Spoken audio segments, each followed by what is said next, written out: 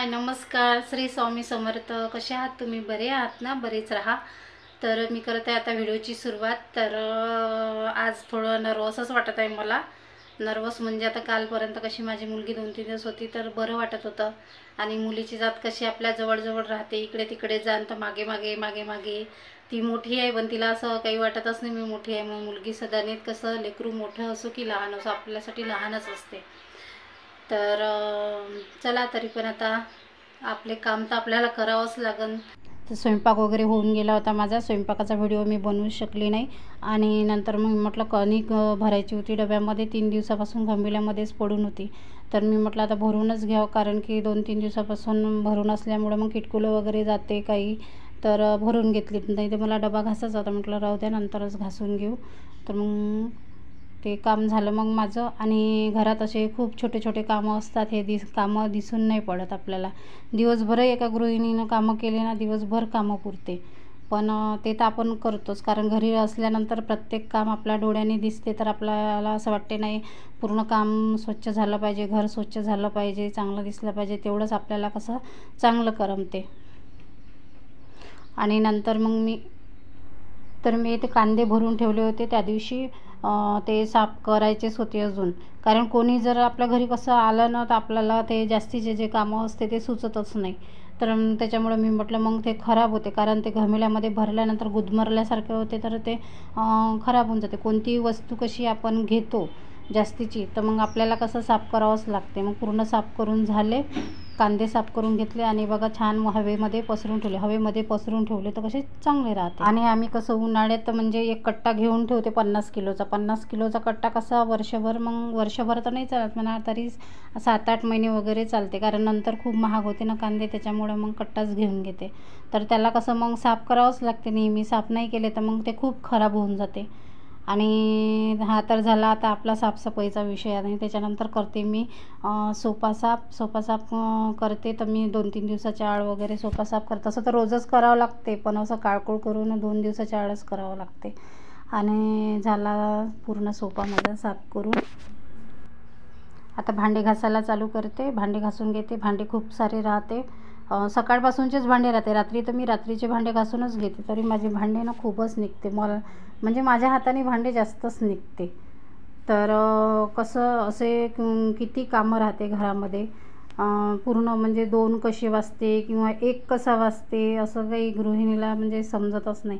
आणि ते गोष्ट चांगलं आहे की म्हणजे कामात वेळ चालला जाते. आपलं कामं करता करता व्हिडिओ पण बनवणं होते आणि वेळ कसा जाते आपल्याला माहीत नाही होत. नाही तर आपण जर रिकामं बसलं तर आपल्या डोक्यात कोणते विचार चालू राहते, तर त्या विचारामुळं कोणती बिमारी येऊ शकते, असं राहते की नाही. तर हा एक म्हणजे प्लॅटफॉर्म यूट्यूबचा चांगला आहे.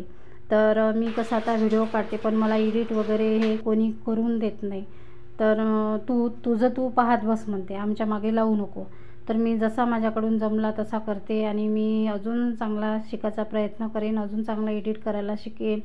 आणि तुम्ही की नाही माझे व्हिडिओ पाहत जा आणि जमते कसं काय जमते असं मला सांगत जा कमेंट करून. आणि चॅनलवर नवीन राहाल तर सबस्क्राईब करायला विसरत नका जाऊ, कारण मी खूप मेहनत करत आहे. आणि कारण तुम्हाला तर मी व्हिडिओ मागे बनवलाच होता, माझ्या घरचे म्हणजे नकार देत आहे म्हणून, तरी मी व्हिडिओ काढत आहे. आणि मला तुमच्याच सपोर्टची गरज आहे. सपोर्ट करत जा मला. तर झाला माझा गॅस ओटा पूर्ण क्लीन करून, बघू शकता तुम्ही. तर पूर्ण असं स्वच्छ कामं केले तर कसं आपल्याला खूप प्रसन्न वाटते घरामध्ये. आणि एक गृहिणीच असते की म्हणजे तिला जर पूर्ण कामं केले ना घरातले तर मन तृप्त वाटते. आणि कधी असे तसेच कामं करू द्या तर असं तिकडेच लक्ष जाते की असे कामं केले, असं आपण चांगले कामं नाही केले, उद्या चांगले कामं करू, असं प्रत्येक गृहिणीचं असतेच. आणि पूर्ण चांगले कामं जर केले तिने पूर्ण काठाकोरीने पूर्ण साफसूफ हे ते जर केलं तर तिचं मन कसं, जेवण नाही मिळालं तर चालते पण चांगले कामामुळं प्रसन्न वाटते तिला मन. असं प्रत्येकच गृहिणीचं राहते. आता ते कणिक आणि कांदे भरून होते ना, तेही मला वाटे असे धुवायचे होते, टोपले वगैरे. तर मी ते धुवून टाकले छान. आणि मला हे नाही म्हणायचं आहे आपण घरी राहतो म्हणून एवढे कामं करू शकतो, आणि जॉब करणाऱ्या बाया नाही करू शकत ना एवढे कामं. ते आता बिचाऱ्या रविवार राहते तर प्रत्येक म्हणजे आपला पूर्ण वेळ घराची साफसफाई करण्यातच देते, त्यांना एकच दिवस मिळते. झाली माझी आंघोळ वगैरे आणि आता जेवण करत आहे. या तुम्ही पण जेवण करायला.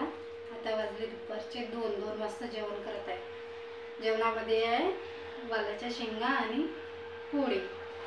तर आता करून घेते जेवण. जेवण वगैरे केलं मग मी त्याच्यानंतर मग बाहेर गेली तर वेळच झाला. मग बाहेर तर मला 6 वगैरे वाजलेच यायला. आणि आमचा राखीचा कार्यक्रम वगैरे अजून व्हायचाच आहे. मी राख्या वगैरे अजून बांधल्याच नाही, राखी बांधायला गेलीच नाही. तर गेल्यानंतर मी व्हिडिओ टाकेलच राखीचा. आणि तिकडून आली मग खूप थकल्यासारखं वाटत तरी मग भांडे वगैरे लावून घेतले. म्हटलं चाय मांडून घ्या. मग चाय मांडताच भांडे लावले. म्हणजे कसं मग कामही होते आणि चाय शिजून जाते म्हटलं. आणि थोडंसं म्हणजे चाय वगैरे पिल्याने आपल्या अंगात कशी कामं करायला एनर्जी येऊन जाते. तर चाय वगैरे पिऊन घेतला. आणि त्या बदलापूरमध्ये एवढं मॅटर चालू आहे की खूप असं मोर्चे वगैरे चालू आहे म्हणते. 3 वर्षाच्या मुलीवर म्हणजे 3 की 5 वर्षाच्या मुलीवर अत्याचार केला असं. पण खरंच आहे ना, त्या मोदींनी 1,500 रुपये महिना देण्यापेक्षा सुरक्षित बहीण योजना जर चालू केली असती तर किती चांगलं झालं असतं. लाडली बहीण योजनेपेक्षा सुरक्षित योजना चालू करायला पाहिजे होती.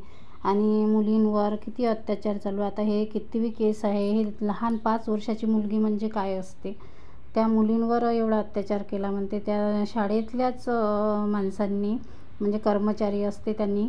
आणि मागे त्या मेडिकलमधल्या म्हणजे दवाखान्यात ती मुलगी शिकत होती, तिच्यावरही एवढं सारं म्हणजे हे झालं. तर असं महिला म्हणजे या जमान्यात सुरक्षित कुठेच नाही आहे असंही म्हटलं तरी चालते. असं पाहून तर असं वाटते की महिला कुठेच बाहेर निघू नाही शकणार या जमान्यात. आणि आता त्या शेंगा तोडून घेता. ह्या शेंगा मला खूपच आवडते. पण आमच्याकडे कोणालाच नाही आवडत. माझी खूप दिवसाची इच्छा होती मुंगण्याच्या शेंगा भाजी करावं म्हणून. आमच्याकडे मुंगण्याच्या शेंगा म्हणतात त्याला. तुमच्याकडे काय म्हणते नक्की कमेंट करून सांगा. तर याची भाजी करायची होती. मग ह्या मोडून वगैरे घेतल्या मी. आणि म्हटलं आता स्वयंपाक करते म्हटलं असा विचार माझ्या मनामध्ये चालू होता. तर काय स्वयंपाक करायचाच राहिला, सिलेंडरच चाललं गेलं. मग सिलेंडर मला काही लावता येत नाही, रेग्युलेटर लावता येत नाही. मग रेग्युलेटर लावत होती मी तर असं वरच फटकन असं निघून जात होतं. माहीत नाही त्याच्यातलं ते वायसर वगैरे खराब होतं की काय होतं. मग मी तसंच राहू दिलं ते लावायचं. आणि मग स्वयंपाक माझा राहिला. स्वयंपाकालाही मग रात्री माझा खूप वेळ होऊन गेलेला होता. मग 10 वाजता म्हटलं मग काय रेसिपी बनवा. मग आळसच येऊन गेला. म्हटलं राहू द्या आता उद्या वगैरेच दाखवा. म्हणून माझी इथे मुंगण्याच्या शेंगाची भाजीची रेसिपी दाखवायचीच राहून गेली. आणि याचे असे वाक वगैरे काढते तर ते निघत नव्हते. माहीत नाही त्या जरड होत्या की काय. शेंगा खूप जाड्या होत्या. अशा राहते की काय राहते माहीत नाही. आणि आमच्याकडे कोणाला नाही आवडत, त्याच्यामुळं कोणीच एवढं आणण्याचं टेन्शन घेतच नाही. जेव्हा मी म्हणते तेव्हा महिन्यातून म्हणून तर वर्षानं येते असं आहे. तर असा होता माझा आजचा व्हिडिओ आवडला असेल तर नक्की कमेंटमध्ये सांगा. आणि सबस्क्राईब करायला विसरू नका. चॅनलवर नवीन असाल तर नक्की सबस्क्राईब करा. तर भेटू अशाच नवीन व्हिडिओमध्ये उद्याच्या. बाय.